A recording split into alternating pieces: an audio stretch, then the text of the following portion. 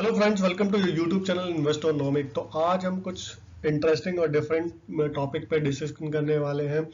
मैं यूएस की कुछ ऐसे 13 कंपनियों के डिटेल लेके आया हूं जिनका टोटल कैश एंड इन्वेस्टमेंट या कैश एंड इक्विवेलेंट कंपोनेंट अगर हम टोटलिटी में पुट ओवर करें so that is crossing more than $1 trillion rupees और ट्रिलियन डॉलर। और इसका जो मैंने कंपैरिजन किया है कुछ ऐसी 13 कंट्रियों का जीडीपी लेके आया जो इन कंपनियों का कैश एंड इक्विवेलेंट कंपोनेंट के बराबर है। तो चलिए स्टार्ट करते हैं। सबसे पहली जो कंपनी है एप्पल आईएनसी है, उनके पास लगभग $202 बिलियन का कैश एंड इक्विवेलेंट कंपोनेंट है। और इसके सामने जो कंपनी स्टैंड आउट करती है वो यूक्रेन है। उनका जो जीडीपी है वो लगभग $204 बिलियन का है। अल्फाबेट, जिसको हम गूगल के नाम से जानते हैं, उनके पास कैश एंड इक्विवेलेंट कंपोनेंट है वो $169 बिलियन का है। और जो कंपनी स्टैंड आउट करती है वो अल्जीरिया, जिनका जो जीडीपी है वो $168 बिलियन का है।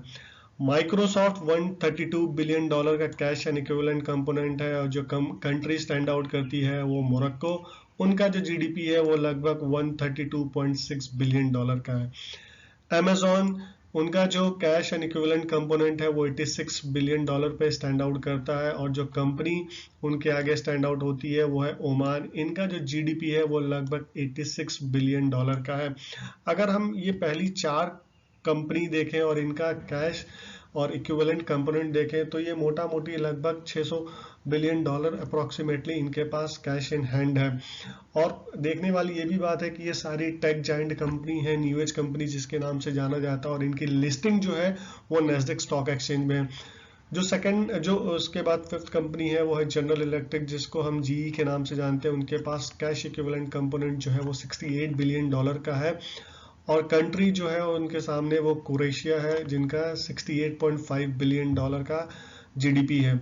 यूनाइटेड हेल्थ ग्रुप $67 बिलियन का। और कंट्री जो है लिथुआनिया, उनका जो जीडीपी है वो $67.6 बिलियन का। मेटा प्लेटफॉर्म, आप और हम जिसको फेसबुक और व्हाट्सएप के तौर पे यूज करते हो, इंस्टाग्राम, ये ग्रुप कंपनियां हैं। तो इनके पास जो कैश इक्विवेलेंट कंपोनेंट है वो लगभग $55 बिलियन का है। और अजरबैजान जो कंट्री है उनका जो जीडीपी स्टैंड आउट होता है वो लगभग $55 बिलियन का है। फाइजर अगेन एक फार्मा कंपनी, वैक्सीन मैन्युफैक्चरर, जिनका जो total cash and equivalent component है वो $51 बिलियन का है। और कैमरून जो कंट्री है उनका जीडीपी अगर देखें तो $48.29 बिलियन स्टैंड आउट करता है। एंथम $38.9 बिलियन का इनके पास कैश एंड इक्विवेलेंट कंपोनेंट है। और एस्टोनिया जो कंट्री है इनका अगर हम जीडीपी देखें तो लगभग $40 बिलियन का है। जनरल मोटर्स अगर देखें तो यूएस की काफ़ी पुरानी कंपनी और कार मैन्युफैक्चरर है। इनका अगर आप कैश इक्विवेलेंट कंपोनेंट देखें तो $38 बिलियन स्टैंड आउट करता है। वहीं पे पैराग्वे जो एक कंट्री है उनका अगर जीडीपी देखें तो लगभग $39 बिलियन का है। Coca Cola again breweries company है जो कोक के नाम से हम जानते हैं। इनका जो कैश एंड इक्विवेलेंट कंपोनेंट है $36 बिलियन है। और सूडान जो कंट्री है जिसकी इकोनॉमी काफ़ी बैड शेप में है, उनका जो जीडीपी है लगभग $38 बिलियन का है।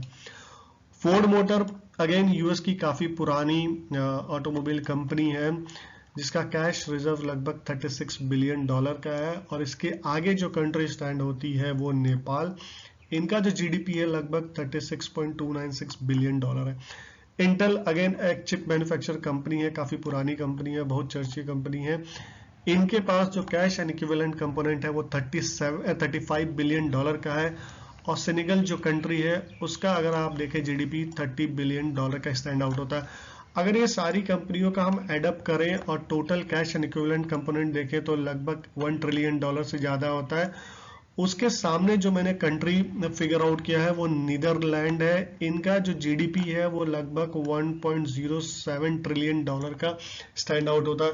सो फ्रेंड्स, आपने देखा ये जो यूएस की सारी कंपनियां हैं जो जिनका मार्केट कैप $1 ट्रिलियन से ऊपर जाता है, ये कंपनी ऐसी नहीं है। इनके पास कैश एंड इक्विवेलेंट कंपोनेंट भी काफी ज्यादा है, बैलेंस शीट भी काफी स्ट्रांग है। इसलिए मैं हमेशा बोलता हूँ A company with a $1 billion balance sheet is always better a company with $1 billion valuation। जैसे हम आप देखते हैं कि वैल्यूएशन जैसे पेटीएम का वैल्यूएशन हो गया या टेस्ला का वैल्यूएशन हो गया, ये $1 ट्रिलियन होते हैं। जैसे टेस्ला $1 ट्रिलियन है, पेटीएम का बहुत ज़्यादा वैल्यूएशन था, बट अगर आप बैलेंस शीट रीड करना चालू करें तो वहाँ पे बहुत ज़्यादा आपको कंफर्ट नहीं दिलाता है। बट ये सारी जो कंपनियां हैं, एप्पल, अल्फाबेट, माइक्रोसॉफ्ट, अमेजॉन, इनकी एक लेगेसी है, उन्होंने वो सारा डिफिकल्ट फेज देखा हुआ और वहां से ये उभर के आए, इसलिए इनकी बैलेंस शीट काफ़ी ज़्यादा स्ट्रांग है। दोस्तों, इस वीडियो के थ्रू मैं एक अलग प्रोस्पेक्टिव देना चाहा आपको, कुछ चीज़ें जो आपके नॉलेज में है वो चीज़ें मैंने यहाँ पे पोर्ट्रेट करने की कोशिश किया।